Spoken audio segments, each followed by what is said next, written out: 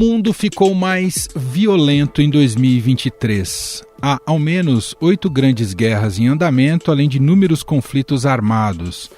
Entre eles, houve a eclosão da guerra entre Israel e Hamas após o mais grave atentado terrorista promovido pelo grupo que ocupa e controla a faixa de Gaza. Enquanto isso, no leste europeu, a guerra na Ucrânia está prestes a completar 2 anos com um horizonte incerto sobre seus rumos. Por falar em tensão bélica, aqui na América Latina, a ditadura de Nicolás Maduro tenta tomar 70% do território da Guiana, num movimento que traz tensão para toda a região e coloca sob teste a capacidade diplomática do presidente Lula.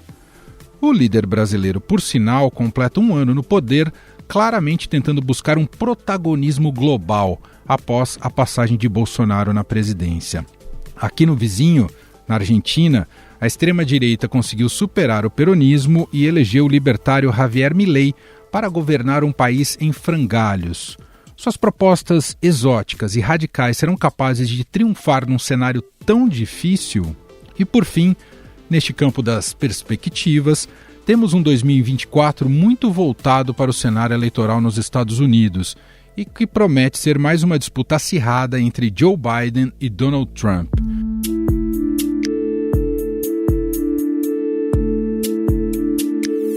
Aliás, o que pode significar a volta de Trump ao poder da principal potência global? São estes alguns dos temas que fazem parte da nossa conversa a partir de agora, toda focada em temas internacionais. E vou apresentar aqui os nossos convidados, começando por Günther Hudzit, professor de Relações Internacionais da ESPM, especialista em segurança internacional. Tudo bem, Günther? Seja bem-vindo por aqui. Tudo bom, Emanuel? Obrigado. Prazer é meu estar aqui de volta com vocês. E também participa com a gente dessa conversa Diogo Schelp, jornalista, colunista do Estadão e da Rádio Eldorado. Olá, Diogo, tudo bem? Tudo bem, Emanuel. Um prazer estar aqui com você, com o Günther. Vamos começar então a nossa avaliação aqui para esses temas do cenário internacional e focando primeiramente na guerra entre Israel e Hamas. É uma guerra que diz muito não só sobre a ideologia e métodos de ação do Hamas, que inviabiliza a paz na região, como também expôs as fragilidades da gestão Benjamin Netanyahu em Israel. Além da tragédia humanitária em curso, há uma grande incógnita sobre o futuro da faixa de Gaza após a guerra. E o que será de Netanyahu também? Quero começar o nosso papo perguntando como é que vocês observam a evolução e possíveis consequências do conflito. Começar te ouvindo, Günther. Como você bem colocou, essa guerra foi resultado de uma falha gigantesca e, pelo que a gente soube recentemente, o setor de inteligência israelense tinha dados e comprovavam que o Hamas estava se preparando para isso. Ou seja, de novo, lembra muito a guerra de 1973, guerra do Yom Kippur, onde também analistas do exército, analistas de inteligência de Israel, informaram a cúpula e a cúpula não levou a sério. Por que eu estou falando isso? Resultado pós-guerra de 73, o equivalente a uma CPI lá em Israel, e fez com que, no meio dessa investigação, o ministro da Defesa Moshe Dayan renunciasse ao cargo. Ficou tão explícito essa falha que renunciasse. E aí depois, alguns meses depois, Golda Meir, a primeira-ministra, também acabou renunciando. Então, de novo, tudo indica que houve essa falha gigantesca. Isso coloca o futuro político de Netanyahu com uma grande incógnita. Há comentários em Israel de que essa guerra também poderia estar durando mais do que se espera por uma tentativa de Netanyahu se segurar no poder e sobreviver a isso. É possível, mas não acho que é a única causa, mas mostra que efetivamente ele está em risco. Não podemos esquecer que ele pesa contra ele 2 ou 3 investigações no judiciário, de acusações de suborno, de ter se beneficiado financeiramente. Quanto ao futuro de Gaza, isso é o que está mais incerto. O governo israelense vem oficialmente fazendo pronunciamentos vagos. há diversas falas de membros do governo e dos partidos que sustentam o governo de uma ocupação israelense, inclusive com colonos, o que significaria, no mínimo, uma volta da ocupação parcial de Gaza por Israel e possivelmente a expulsão, né, de todos os palestinos de lá, o que não vai ser aceito pelos vizinhos, para começar pelo próprio Egito, a Arábia Saudita e muito menos pelos Estados Unidos. Então, o futuro de Gaza, eu diria que ainda é bastante incerto. Quero te ouvir, Diogo, um pouco sobre as consequências do conflito e se há um certo exagero na resposta bélica de Israel a ponto de desperdiçar uma chance de buscar uma solução viável ali para a região. Diogo? Olha, Emanuel, acho que para não repetir a análise do Günther, acho que, em primeiro lugar, era previsível, dada a natureza do governo de Benjamin Netanyahu, que ele não usasse isso como oportunidade para avançar em qualquer outra solução para esse conflito. O governo dele não tem interesse numa solução que inclua negociações, a meu ver, com os palestinos. É óbvio que a gente tem que entender que, de fato, foi um ataque sem precedentes em termos de violência, em nível de alcance, quantidade de mortos, né, que o Hamas conseguiu atingir ali a comunidade, a sociedade israelense, e a resposta, assim como outras respostas militares, bélicas que Israel deu para ataques do Hamas no passado, foi, claro, proporcional, digamos assim, ao poderio bélico de Israel, né? Agora, é claro que a gente vê aí uma série de violações de direitos humanos, violações, inclusive, da lei internacional, crimes de guerra, possivelmente, que podem ser apurados posteriormente. Então, incluiria, além do ocaso político que Bibi pode, né, o apelido que Netanyahu é reconhecido, que ele possa vir a sofrer internamente, eu acredito que no futuro, a depender do desenrolar dessa guerra, ele também possa vir a ser objeto de algum tipo de investigação nesse sentido. Agora, eu acho interessante porque essa guerra de Israel com a faixa de Gaza, com o Hamas, diferente de outros embates que já ocorreram, né, porque não é a primeira vez que isso acontece, tem acho que um elemento novo, não sei se o Günther vai concordar comigo, mas que é o elemento da posição que a Rússia tem adotado nesse conflito. A Rússia tem agora uma parceria, uma aliança com o Irã muito maior do que tinha antes. A Rússia, por causa da guerra na Ucrânia, depende do Irã, inclusive para fornecimento de material bélico para a guerra na Ucrânia. O Irã fornece, por exemplo, drones de baixo custo para a guerra da Rússia na Ucrânia. Então, a Rússia, além disso, tem essa posição de confronto com os Estados Unidos em outras esferas, inclusive com interesse para que os Estados Unidos desviem sua atenção para outros conflitos e outras questões internacionais que não sejam a Ucrânia.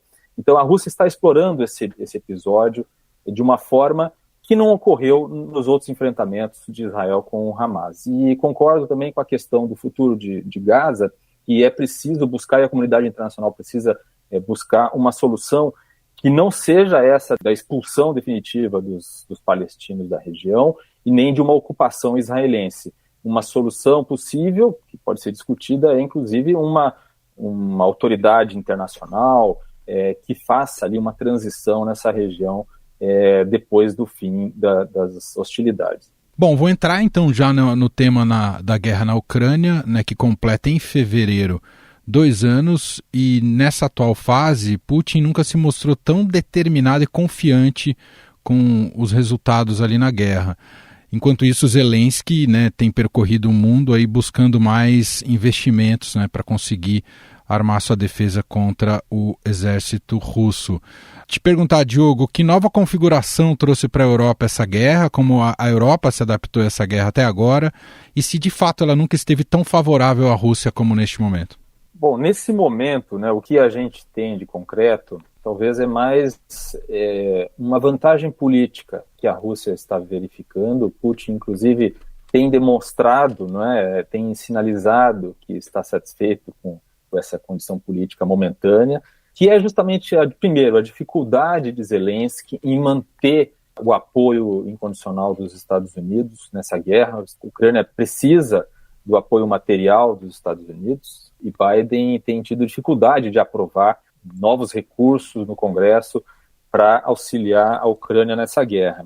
Claro que isso tem muito a ver com a política interna americana, e Zelensky, inclusive, esteve lá recentemente para tentar pressionar, pedir esses recursos, e também um desgaste, não é, que existe nos países europeus em relação ao apoio para a guerra. Os países europeus têm seus próprios problemas para resolver, inclusive econômicos, atualmente.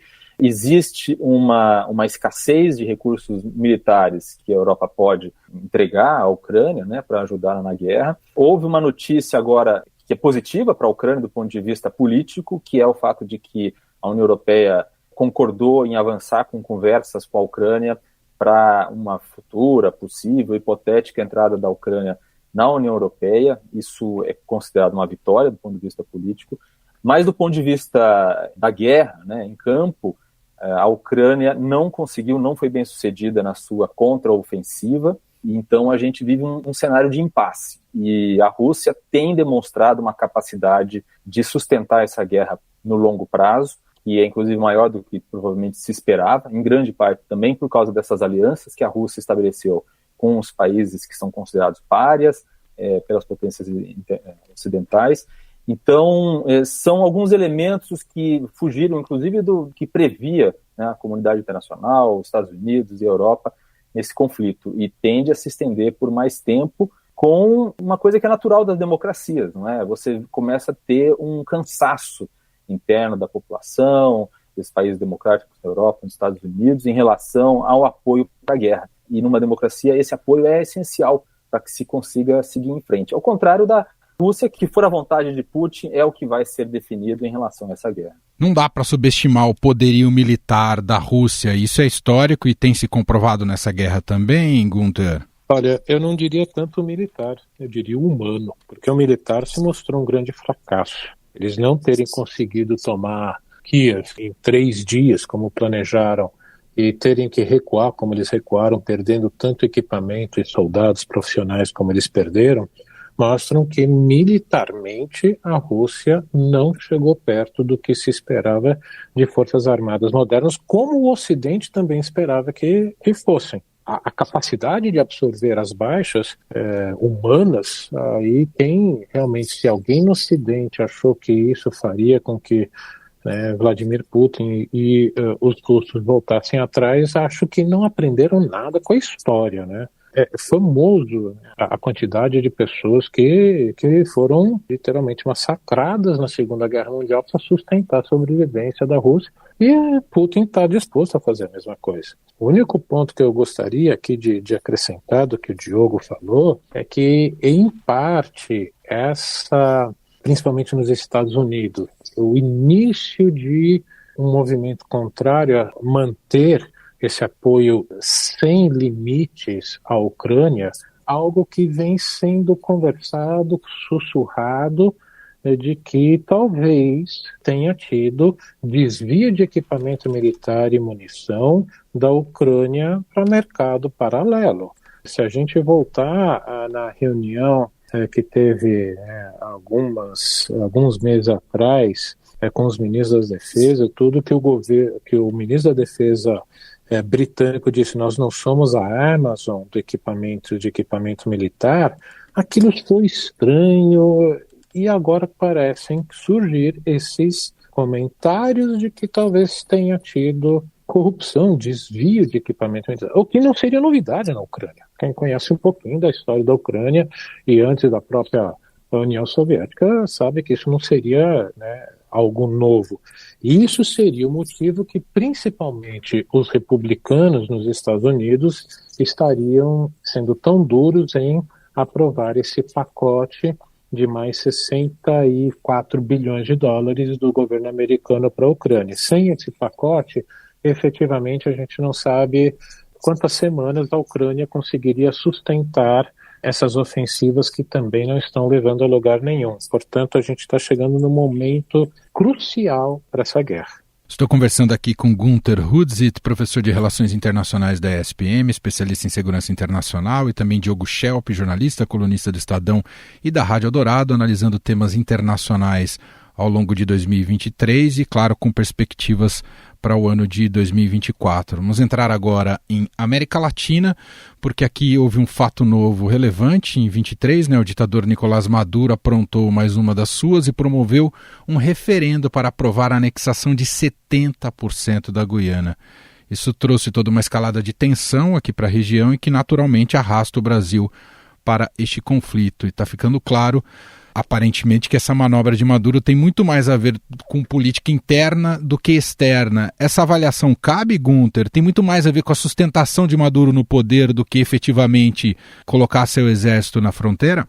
Eu diria que é o fator central, sem dúvida alguma, porque ano que vem ele vai ter que fazer eleições gerais, que foi o que acordado com o governo americano para Washington diminuir as sanções e a liberalização de recursos venezuelanos, mas também tem uma dinâmica internacional. É o ponto que eu falei que ligava esses conflitos. A gente não pode esquecer que Venezuela é um país aliado da Rússia, de Vladimir Putin.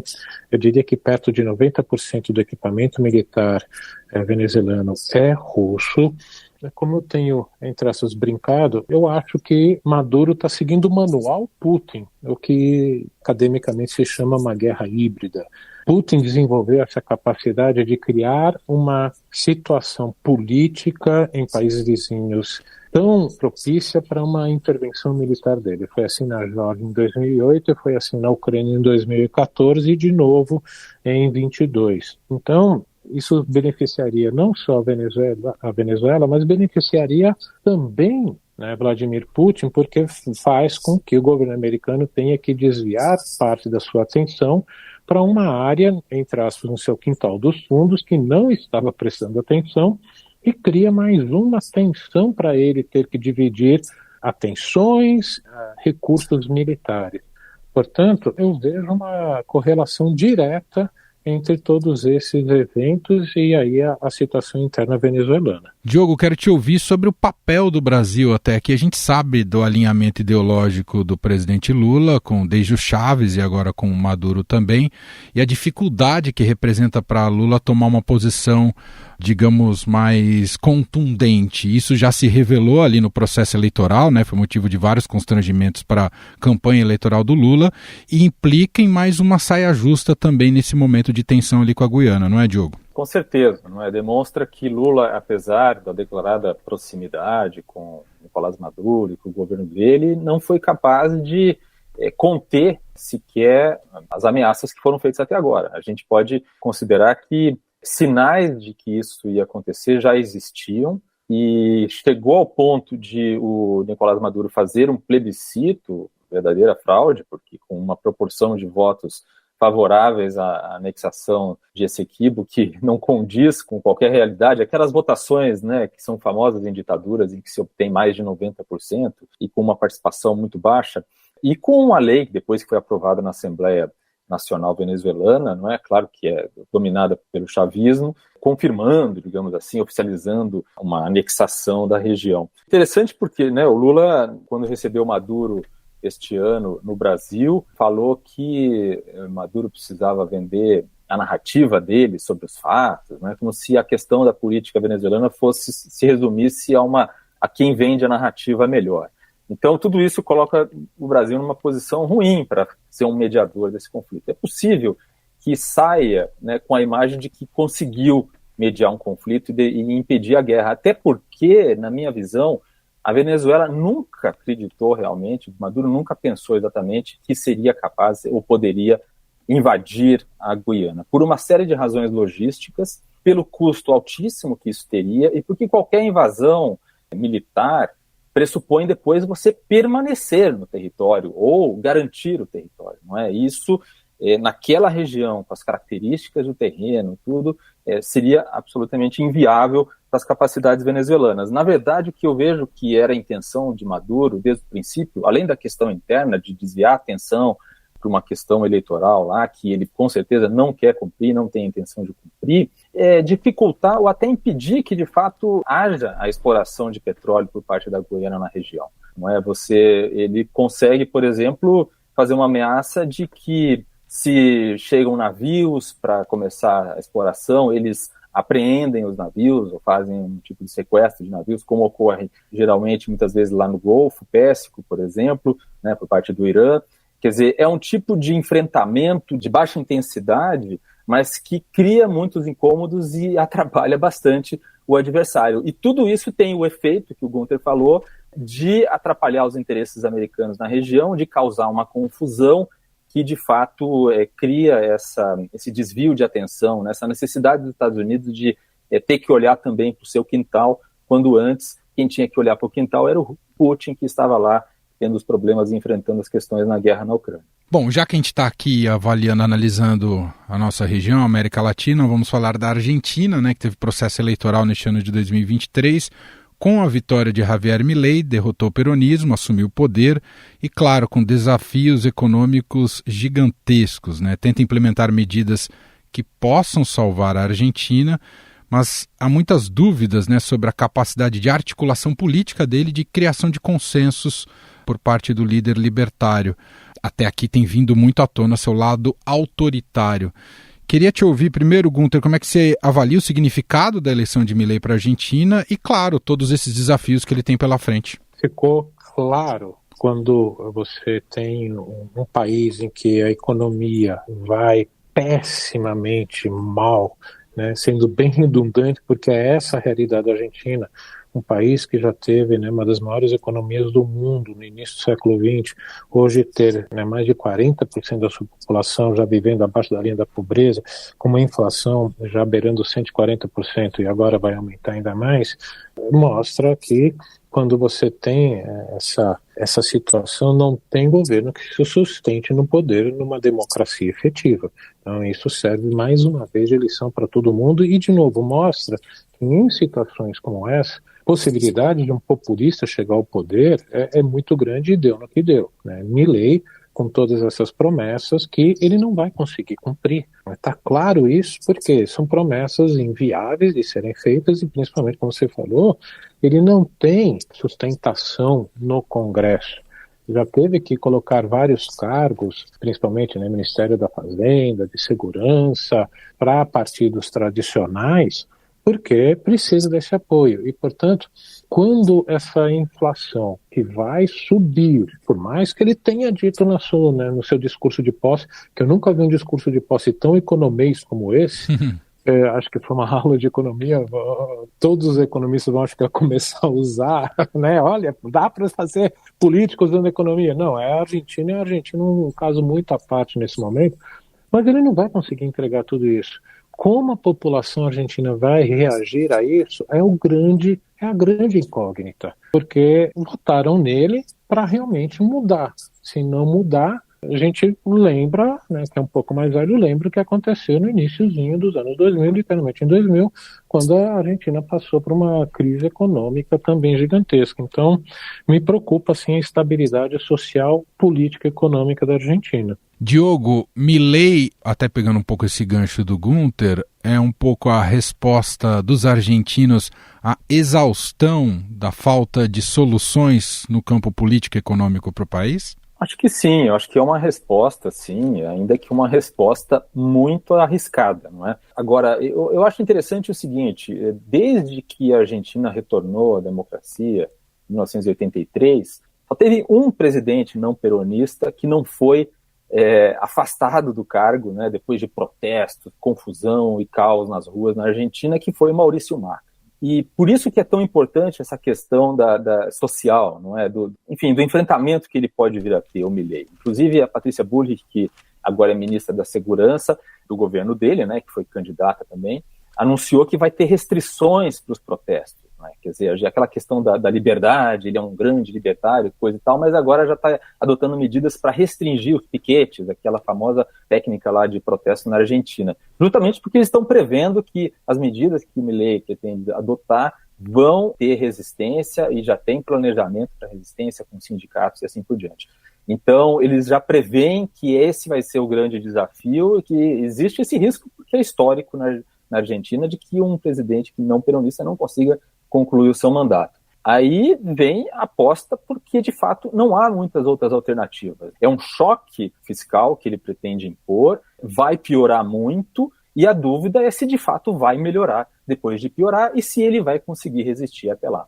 Bom, entrar num tema central aqui também, acho que para a nossa avaliação sobre 2023, que é esse primeiro ano do governo Lula, que é um primeiro ano muito marcado por uma agenda internacional intensa dele, né, com o intuito de dar um novo protagonismo ao Brasil na arena global. Ao todo foram 62 dias de viagens no exterior neste primeiro ano, né, do terceiro mandato do petista, e ele visitou 24 países.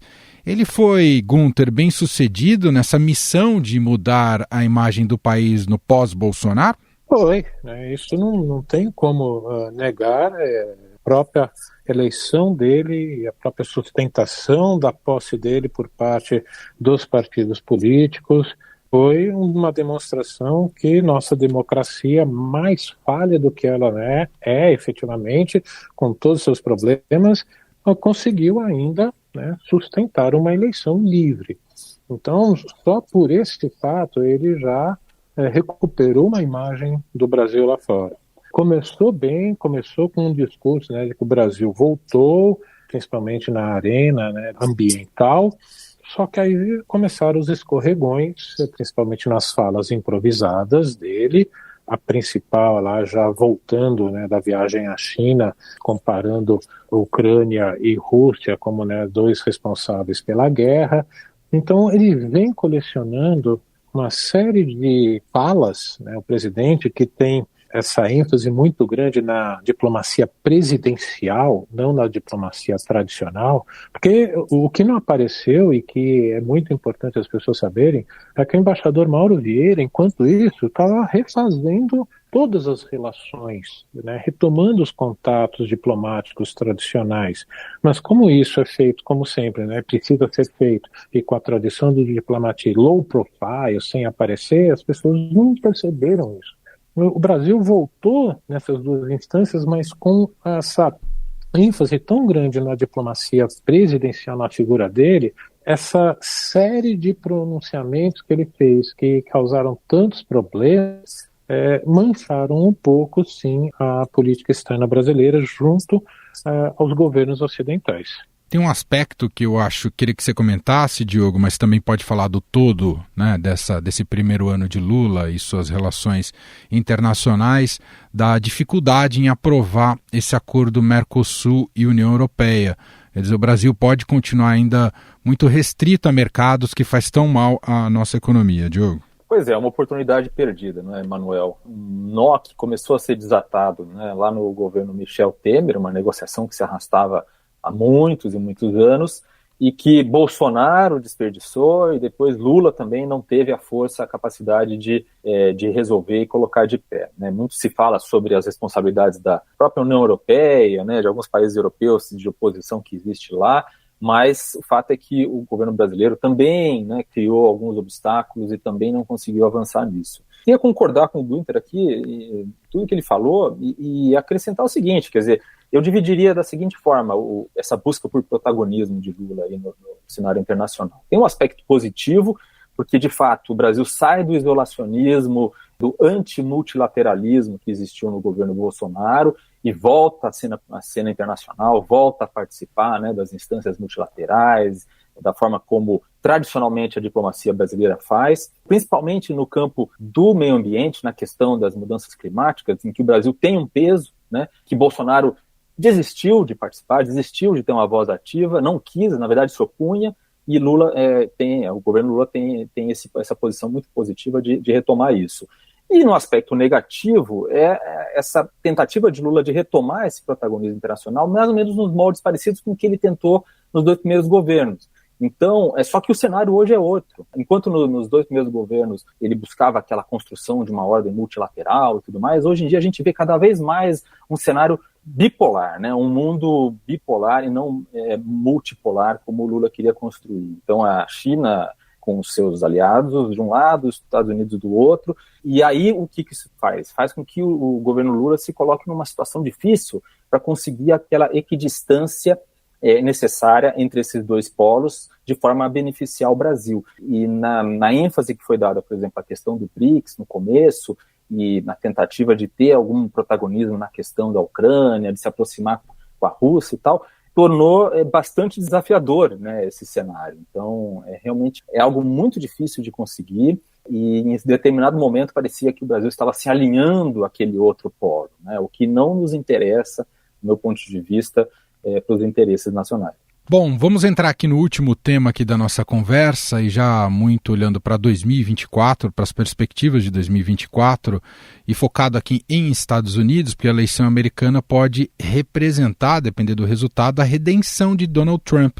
Para muitos, ele estava morto politicamente depois do trágico e traumático episódio da invasão ao Capitólio. O republicano enfrenta diversos processos na justiça, mas nem isso foi o suficiente para aplacar sua força eleitoral. Lidera as pesquisas até aqui e também coloca em xeque o sucesso da gestão de Joe Biden à frente do país. Claro que tem muita coisa para acontecer daqui até o pleito eleitoral propriamente dito, mas queria ouvir de vocês que vocês já conseguem identificar de como será esse embate na eleição americana e também o que pode ser decisivo para ambos os lados. Começando por você, Gunther. Olha, Emanuel, se tem algo mais imprevisível, é essa eleição americana, né? Tem muita água para passar embaixo dessa ponte até lá. Efetivamente, a gente tem que ver se o Trump vai ter condições de se candidatar livremente, porque ele pode ser preso, porque ele sofre alguns processos nas justiças estaduais e federal que, diferentemente daquele, se é condenado, já vai preso. E, por incrível que pareça, ele pode concorrer preso. Aquelas coisas da realidade americana que só nos Estados Unidos acontece. Mas ele é tão desgastado, tem uma parte expressiva dos republicanos que não querem ele e que podem não aparecer simplesmente para votar no que vem, enquanto que pode mobilizar os democratas, apesar de todos os problemas do governo, né, Biden.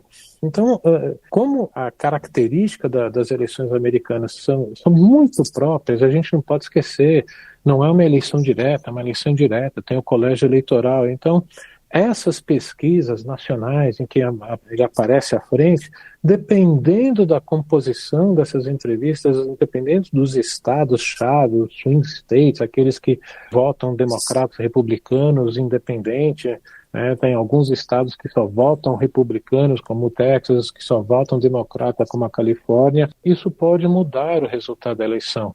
Mas, efetivamente, se ele voltar, a gente vai, não só a sociedade americana, mas o mundo ocidental vai sofrer uma situação que a gente nunca vivenciou antes e que pode abalar o mundo e que eu diria, o sonho de consumo de Vladimir Putin, porque aí boa parte dos seus problemas na Ucrânia vão acabar de vez. Então, eu acho que é o fator mais importante para o ano que vem. Te ouvi, Diogo Schelp, nesse cenário tão imprevisível da eleição americana, chama atenção como o Trump ainda consegue ser tão influente eleitoralmente no país, não é, Diogo? É verdade. E eu vou me arriscar aqui, um cacoete de jornalista, não é, Manuel?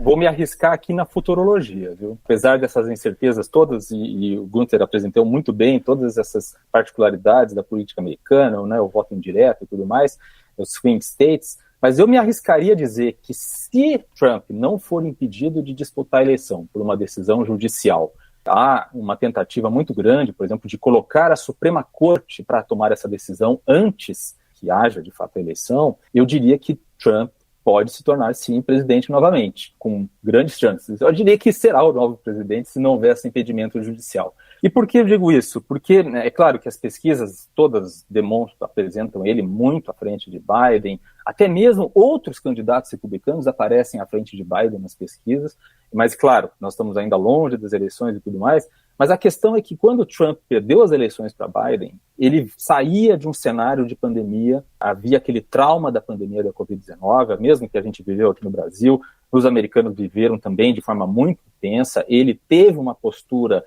negativa na pandemia em relação a muitas coisas, e isso contribuiu para a derrota dele. Esse cenário já não vai estar dado dali para frente, e Biden se enfraqueceu muito durante o seu governo. O próprio Biden, por exemplo, agora enfrenta investigações no Congresso americano relacionadas ao filho dele, e continua com esse desgaste. Então, o cenário é bastante ruim para Biden, considero, e vejo esse cenário. Se não houvesse decisão judicial, possivelmente Trump voltará, sim, à presidência americana. Assim a gente fecha esse nosso bate-papo, excelente bate-papo aqui sobre o cenário internacional ao longo de 2023 e perspectivas para 2024 também. Quero agradecer Günther Hudzit, professor de Relações Internacionais da ESPM, especialista em segurança internacional. Günther, brigadíssimo aqui pela participação. Um grande abraço para você, viu, Günther? Eu agradeço. Abraço a todos. E agradeço também a Diogo Schelp, jornalista, colunista do Estadão e da Rádio Eldorado. Obrigado, Diogo. Obrigado, Emanuel. Obrigado, Günther. Obrigado a todos. Estadão Notícias. E este foi o Estadão Notícias de hoje. Contou com a apresentação minha, Emanuel Bonfim. Na produção, edição e roteiro, Gustavo Lopes, Jefferson Perleberg e Gabriela Forte. A montagem é de Moacir Biasi. E o nosso e-mail, podcast@estadão.com. Um abraço para você e até mais.